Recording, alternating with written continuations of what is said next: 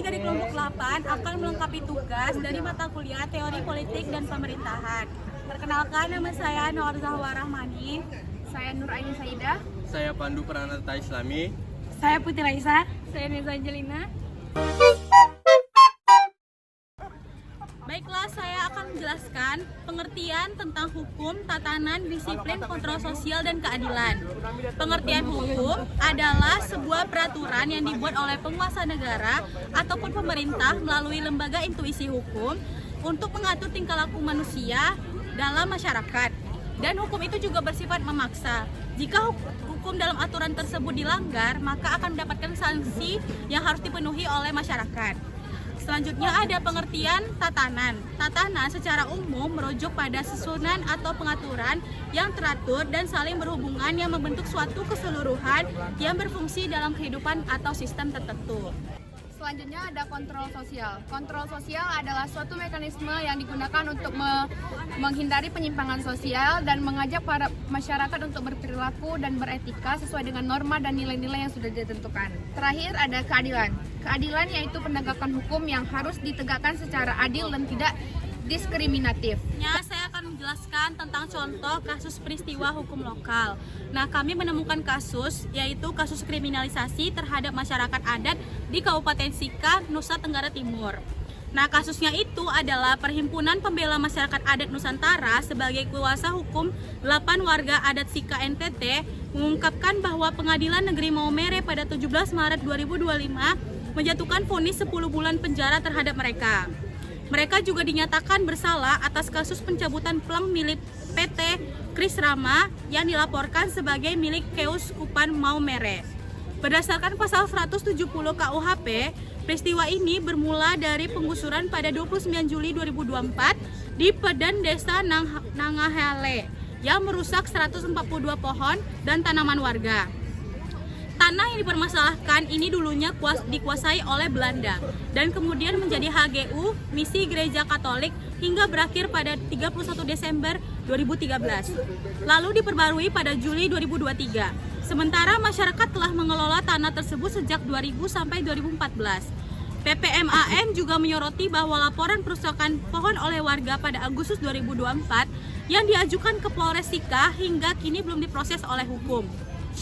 Dan yang menurut PPMAN merupakan diskriminasi dan pelanggaran prinsip persamaan di depan hukum. Kasus ini juga menggambarkan kriminalisasi terhadap masyarakat adat yang memperjuangkan hak atas tanah mereka sekaligus menunjukkan ketidakadilan dalam perlindungan hukum. Selanjutnya penerapan hukum terhadap kasus tersebut. Kasus ini melibatkan pasal 170 KUHP mengenai pengeroyokan atau perusakan bersama atas plang PT Karisma. Pengadilan Negeri Maumere menjatuhkan hukuman 10 bulan penjara kepada 8 warga adat. Namun, vonis ini dianggap kontroversial karena mengabaikan hak masyarakat adat atas tanah ulayat yang dilindungi oleh konstitusi dan hukum agraria nasional. Selanjutnya, penerapan tatanan. Dalam kasus penggusuran masyarakat adat Sika, terlihat dari bagaimana norma sosial dan struktur sosial komunitas adat berperan dalam menjaga ketertiban dan keberlangsungan masyarakatnya meskipun dihadapkan pada konflik agraria.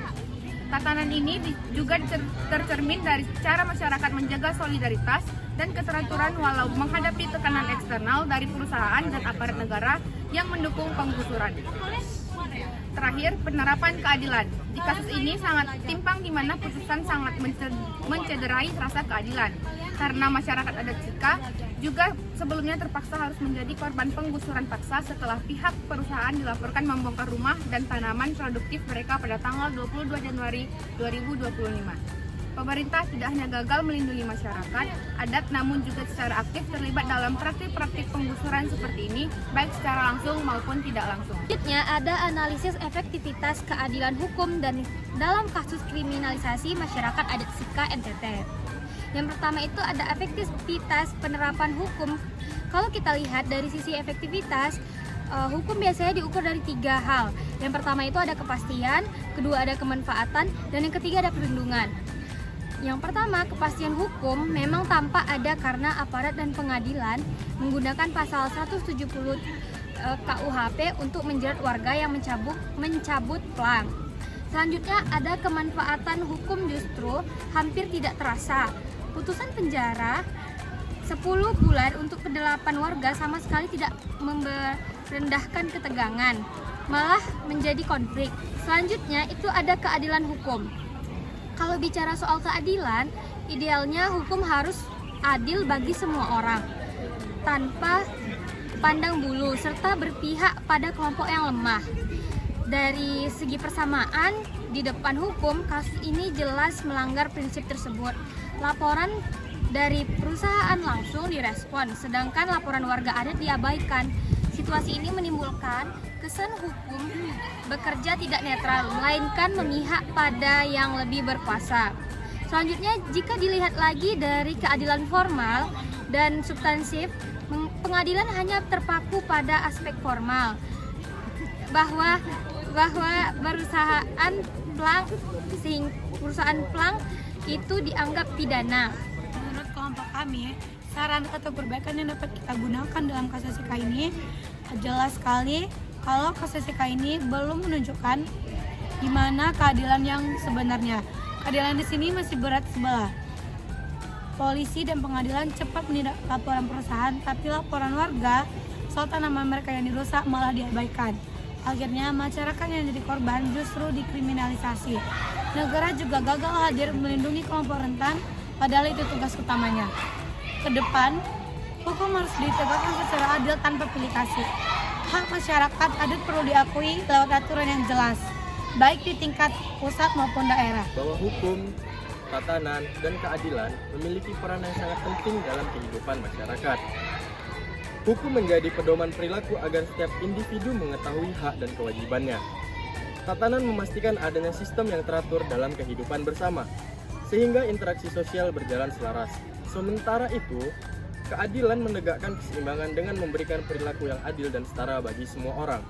Ketiga konsep ini saling berkaitan, membentuk fondasi kehidupan sosial yang tertib, damai, dan harmonis, serta menjadi landasan terciptanya masyarakat yang beradab, aman, damai, dan tentram. Itulah video dari kelompok 8. Jika ada kesalahan, mohon maaf.